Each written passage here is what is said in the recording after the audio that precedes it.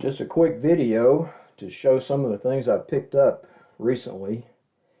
I showed a couple of these things already in those videos I did that was an overview of my collection, but I went over everything really quick in that. So, even the stuff I've already showed, I thought I'd show it in better detail.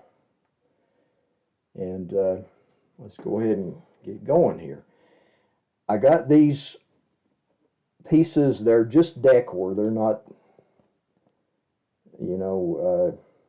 candy buckets or anything like that. They're blow mold, though, which I thought was really cool. For some reason, they splotched over the hole in that one. The blow mold stuff has the seam and the hole. And anyway, Spirit Halloween's where I got these.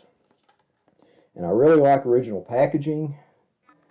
And in lieu of a box or anything else, tag, if that's all it comes with, then I'll leave the tag on it.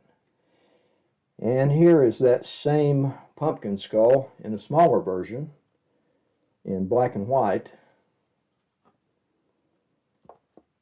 That one's still got the hole there. These are sturdy, though. They're not thin blow mold pieces. They should hold up for a long time. And here is the witch pumpkin, which I thought was pretty cool too.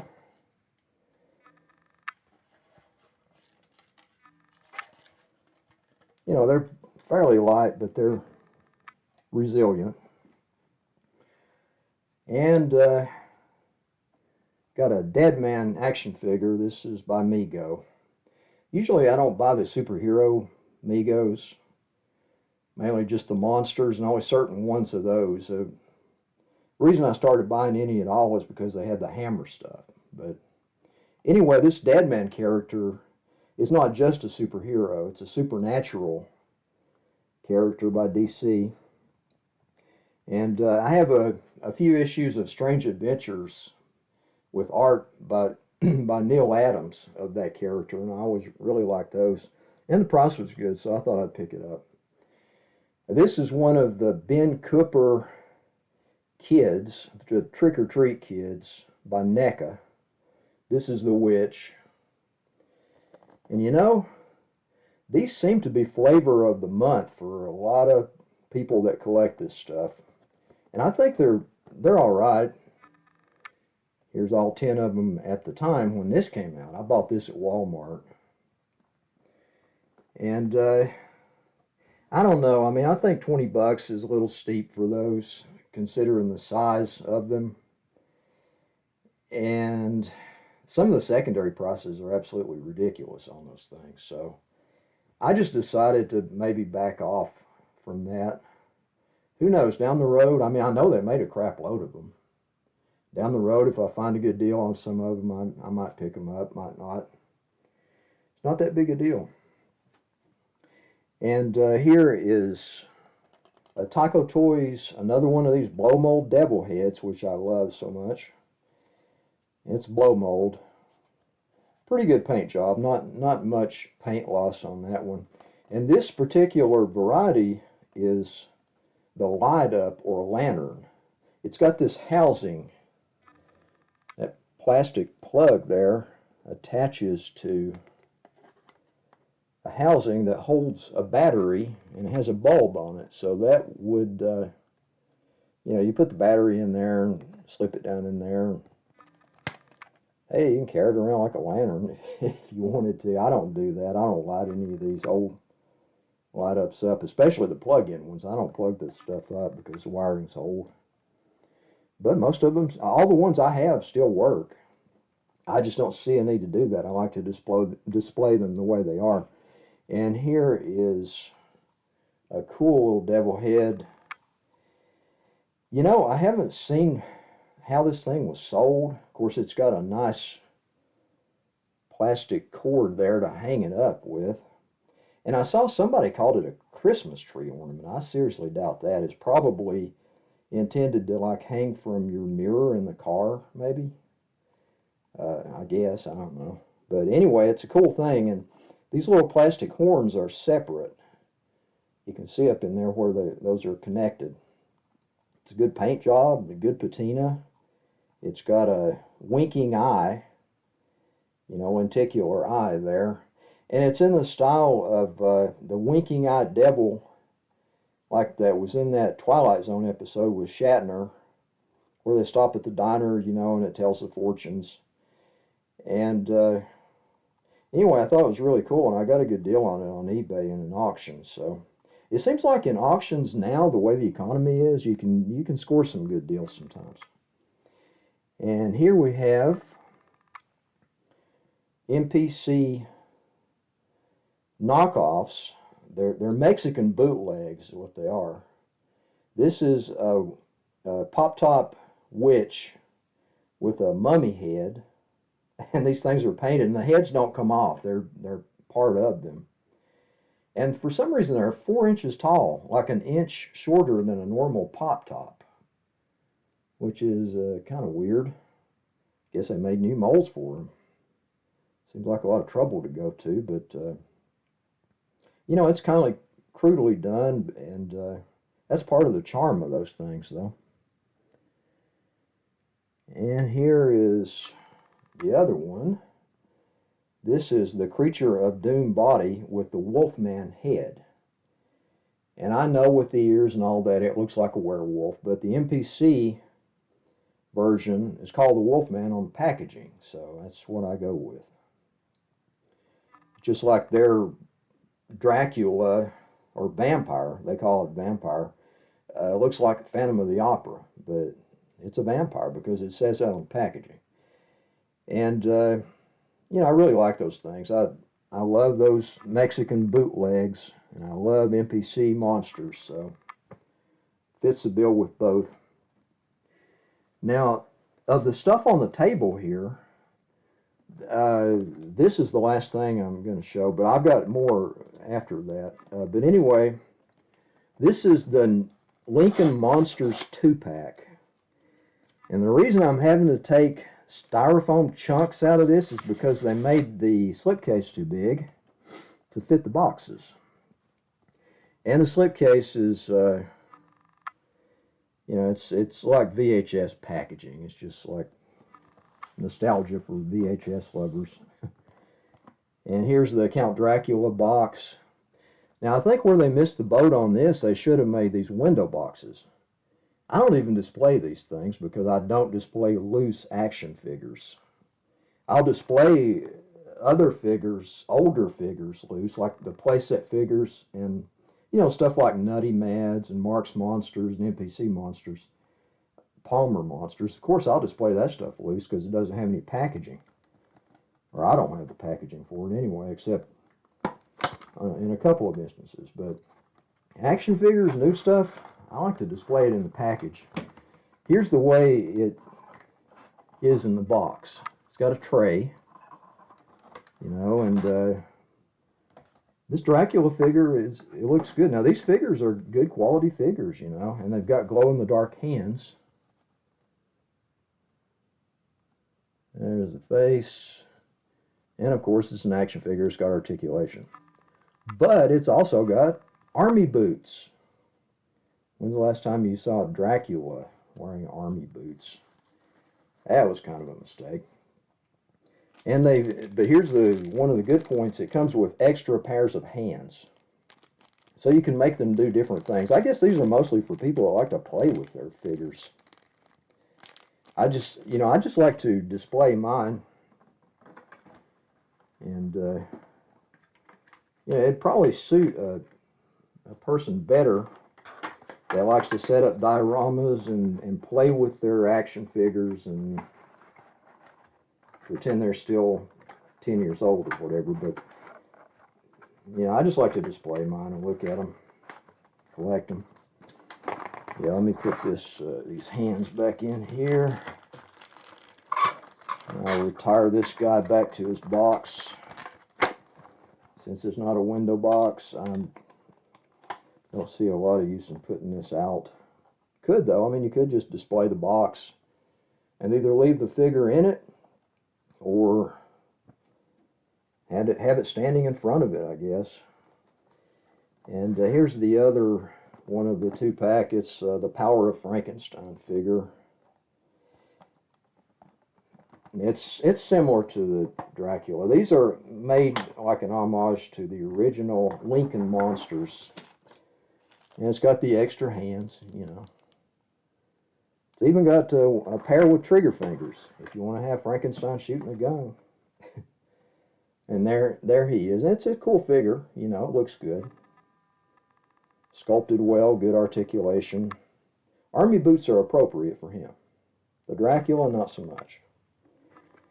But I don't know, the aesthetics of the artwork for this, I think they could have done better, in my estimation. Now, what they're doing is, it's supposed to be, the background for this new line of figures is supposed to be like a cheesy movie production company, kind of like Independent International, you know, where they make a few cheap movies of their own with the likes of Al Adams and directing, and then they pick up a lot of stuff on the foreign market, like Paul Naschy flicks and stuff like that, and show crappy prints of those and muck with them. But anyway, that's supposed to be what's behind, like the idea behind this. And it also came like with club material. Now this certificate here is pretty good. I like the certificate. This should have been a pinback button. They can make pinback buttons so cheap if you buy them in quantity these days. And they put a trading card in here instead of a membership card, which would have been appropriate for like a club if you compare it to clubs from the old days, like Creepy and Eerie and all that. This, I don't know. I mean, I guess, you know, they're just redoing the box art, but it's not, these wouldn't fit a VHS tape. I don't even know what this is really, but they, instead of putting this in here, they could have like put a pin up or something, or just that pinback button I mentioned. And instead of coming in an envelope that was labeled properly with maybe some artwork, it came in a file folder. You know, I mean, I can't complain about that club stuff too much. I just think it's missed opportunity. It was free.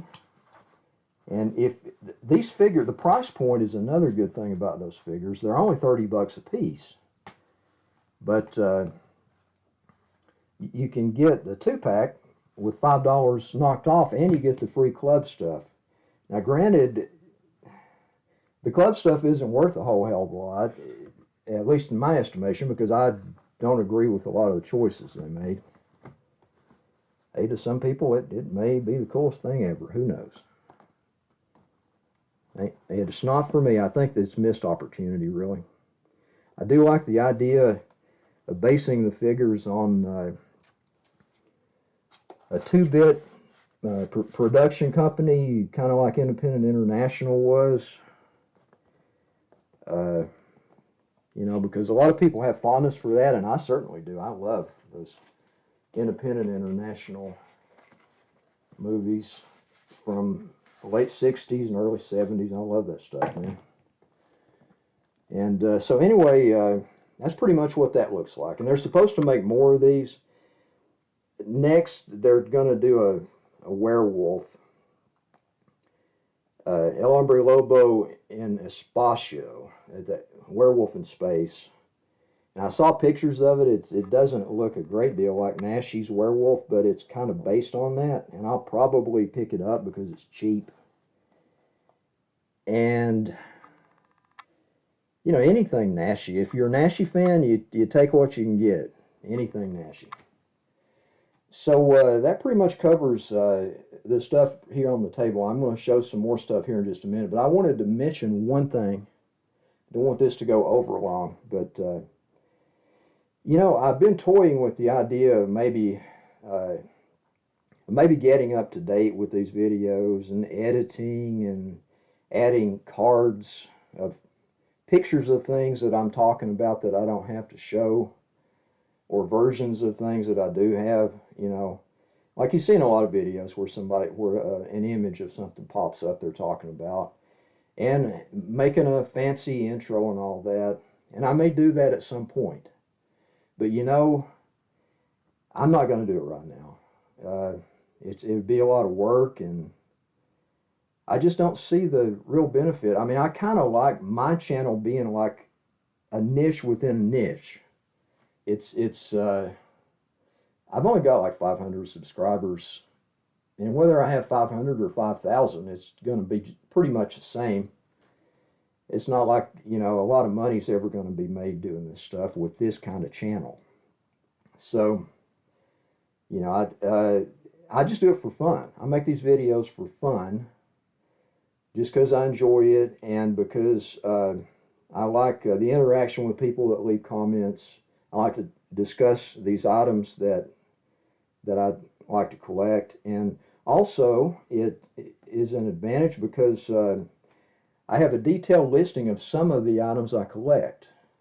If I need to find out the contents of a playset that I've forgotten, you know, a detail or two about, I can just check a video instead of dragging everything out and going through it and doing the research again. I've already done all that. So anyway, I appreciate people that want to watch my videos. They're there for them if they want to do that, you know, and there's a lot of information in there. But whether I glitz it up with a fancy intro and a lot of gloss or not, the substance is going to be the same. And I may glitz it up at some point, don't know. But as of right now, no. So hold hot. I got some more stuff coming up here in this video, so hang on. Okay, doing some more of this vertigo inducing stuff here. But I just wanted to show what those Mexican bootleg MPC pop tops looked like with the gang there on the MPC shelf. And that's pretty much it. I've don't have a great deal of room left in there. I don't know how much more of that stuff I'm going to get at some point, but I don't know. I keep finding room for it. I just move that junk around, but it's so crowded it's hard to tell really what you're looking at. But anyway, there's those bootlegs. There's those bootlegs in the packaging. Mexican bootlegs. And I'll go downstairs and finish this thing. And now to finish up. Here's some more stuff I picked up. Those are the Peerless Spook-O-Light candles. Some people call them lamps. They have a little bulb on top of the candle part there, then the blow mold head just fits over it. Anyway, those were sold by Peerless, or PTL, that stands for Peerless Tree Lights, back in the 60s. And they're kind of hard to find. I got both of these in one auction and got kind of lucky. Got them for a pretty good deal. But like what I was saying before about the economy affecting auction prices currently. But I love that devil head. That's by Tyco Toys. So is the skull. The blow mold heads were made by Tyco Toys, and I guess the Peerless Lighting Company bought a crap load of them, you know, for their products to use. There's the two heads I just showed, the devil heads I just showed upstairs in this video. And that is pretty much what that mantle looks like now, with all the Halloween stuff. It's pretty crowded too. I don't think I'll be adding any more to that.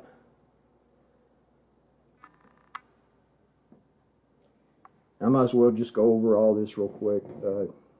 There's the stuff down on the floor on the hearth there, just a bunch of blow mold stuff. I went over this in depth in part 1 of my collection overview. Oh yeah, I might as well show that again. That's the Jack Davis jointed hanger, Jack Davis Frankenstein jointed hanger. Love that thing. And here is another item that I picked up new the other day. It's a spook stick, a blow mold devil spook stick from the 60s. I had to put it in this jug because it's long and it's pretty heavy. And I was really afraid that if I leaned it up on the mantle with my other stuff, I was going to lean it up right there by that skull. I think is made by General Foam. I'm not really sure.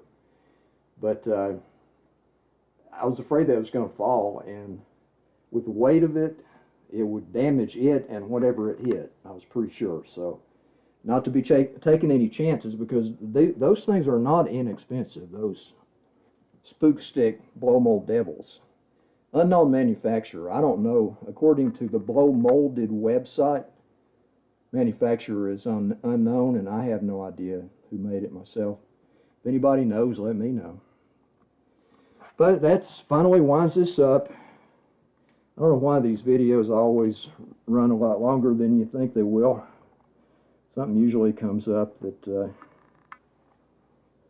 know, increases the length. Anyway, see you guys next time.